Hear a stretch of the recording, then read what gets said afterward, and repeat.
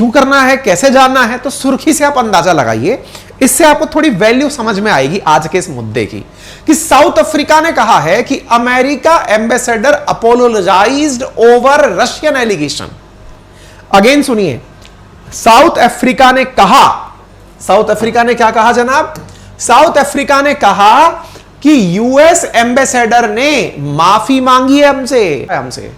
अच्छा, अमेरिका ने कुछ नहीं कहा या कहा, ये तो आपके आज के सेशन में पता चलेगा, लेकिन सुर्खी बन चुकी है कि US ambassador apologize to South Africa and its people. यहां पर आपको एक खबर दिखाई पड़ती है 2 दिन पहले की, South Africa supplied arms to Russia, US ambassador Robert Brigety. दोबारा सुनिए, देखिए किरदारों का परिचय जरूरी है। सिरिल रामाफोसा देख लिए आपने, बाइडेन देख लिया आपने, पुतिन देख लिए, अब वो व्यक्ति देख लीजिए जिसकी वजह से रायता फैला। वो कौन है? वो है ये भाई ब्रिगेटी। ये ब्रिगेटी क्या किया? ये ब्रिगेटी ने कहा कि साउथ अफ्रीका ने अपने द्वारा रूस को वेपन भेजे हैं। South Africa supplied arms to Russia. बड़ा बयान है भाई साहब। और सुनिए, साउथ अफ्रीका ने इस आधार पर यूएस एम्बेसडर को बुलाकर पूछ लिया कि माननीय इधर आइए, आपने हम पर ब्लेम तो कर दिया कि हमने रूस को वेपन दिए हैं, अब जरा प्रमाण भी दे दो। साउथ अफ्रीका में मौजूद जो अमेरिकी एम्बेसडर रूबेन ब्रिगेटी हैं, वो वहां की सरकार से बिना शर्त माफी मांग चुके हैं कि सर कोई बात नहीं, गलती होगी मुझसे। क्या गलती हो गई भाई आपसे? बोले सर मैंने क्लेम किया था। क्या क्लेम किया था? कि पिछले साल 6 से लेके 8 दिसंबर के बीच केप टाउन में एक रूसी जहाज पर हथियार और बारूद लोड किए थे। ये जरा तस्वीरें देखिए आप, एक रूसी जहाज है और उस रूसी जहाज पर अफ्रीका वालों ने 6 से 8 दिसंबर के बीच में केप टाउन में, बिल्कुल नीचे के नीचे, केप ऑफ गुड होप के पास में, वहां पर बोले आप लोगों ने एक रूसी जहाज पर वेपन और बारूद अपलोड किए थे, डलवाए थे। ये ब्रिगेटी है, लास्ट ईयर के क्लेम लेकर आ रहा है, बड़े कॉन्फिडेंस से कह रहा है कि मैं श्योर हूं रूसी जहाज पर अफ्रीका वालों ने बारूद और वेपन भेजे थे। अंग्रेजी में कह रहा है कि वी आर वेरी कॉन्फिडेंट। अच्छा साहब, आप बड़े कॉन्फिडेंट हैं, आप बड़े कॉन्फिडेंट हैं। इनका कॉन्फिडेंस इतना भारी पड़ गया कि अफ्रीका में बवाल हो गया। अफ्रीका में बवाल यानी साउथ अफ्रीका में बवाल हो गया इस बात को लेकर के कि महाराज यदि ये अमेरिका बोल रहा है कि हम लोग रूस को वेपन दे रहे हैं, तो हमें तो पता हो, संसद के सदस्यों को तो पता हो कि हम वेपन दे रहे हैं कि नहीं दे रहे।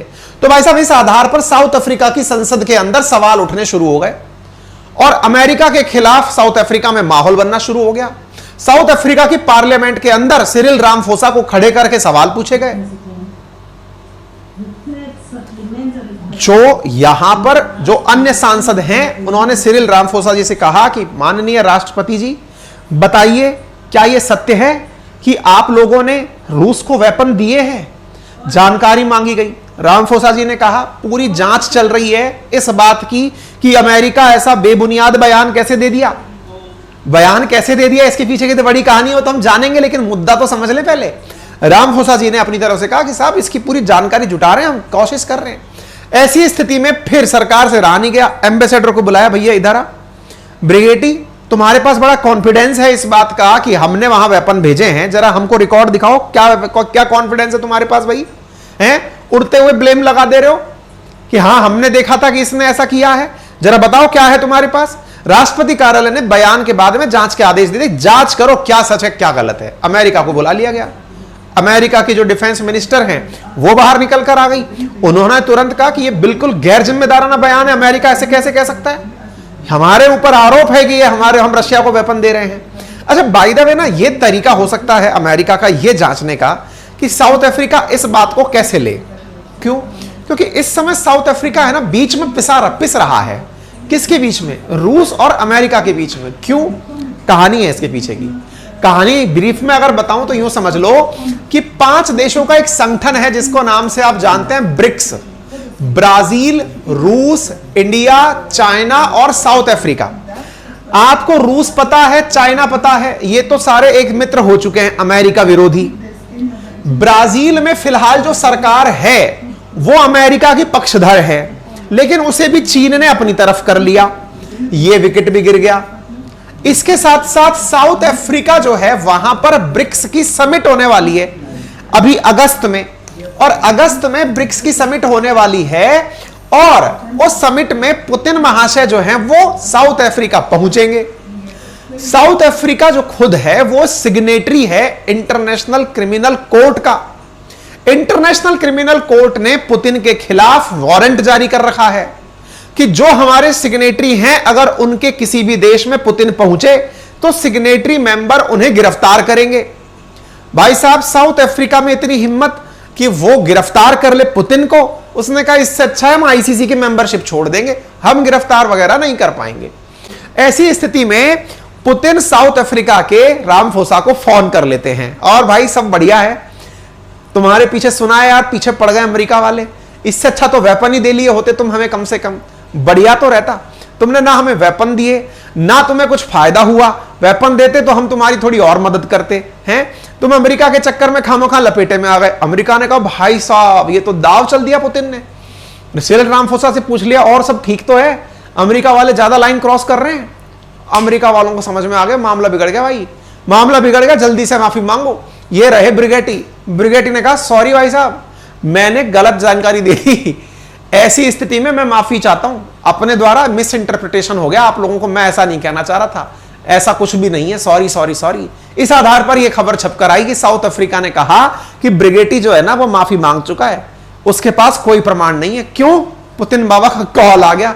ब्रिगेडी ने कहा पता चले साउथ अफ्रीका छिटक करके इसी बात पे नाराज हो जाए कि तुम जबरदस्ती झूठ बोलते हो, नहीं मैं तुम्हारी बात नहीं मानूंगा। भाई साहब, पुतिन ने कॉल करके एकदम आग में घी का काम कर दिया, तुरंत ब्रिगेडी की माफी आ गई। बाय द वे सवाल यह बनता है कि अमेरिका साउथ अफ्रीका को इतना टारगेट क्यों कर रहा है? तो कारण बहुत सारे हैं। कारणों में जैसा कि आप सभी जानते हैं कि रशिया के खिलाफ यूनाइटेड नेशन जनरल असेंबली में, सिक्योरिटी काउंसिल में, ह्यूमन राइट काउंसिल में, सब जगह जब जब वोटिंग हुई है, साउथ अफ्रीका ने इंडिया वाला राह अपनाया है, एब्सटेन कर दिया वोटिंग से। ह्यूमन राइट काउंसिल में हुआ एब्सटेन, नहीं करेंगे वोट, जो इंडिया करता है। South Africa abstain from UN vote, abstain, नहीं करेंगे वोट।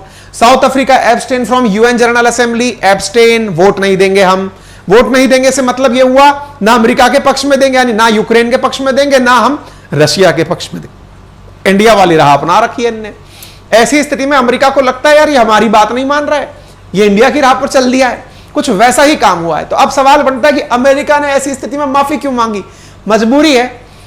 अगर तुम ज्यादा तार खींच, कहते हैं ना भाई रहीमन धागा प्रेम का मत तोड़ो छिटका है, टूटे से फिर ना जुड़े, जुड़े गांठ पड़ जाए हैं। अब ये तो धागा ही इतना कमजोर है कि साउथ अफ्रीका को पुतिन उधर से फुल बातें दे रहे हैं, अगर तुम ज्यादा खींच दिए तो साउथ अफ्रीका तो सीधा सीधा तुम्हारी वजह से जाके उसकी गोदी में बैठ जाएगा।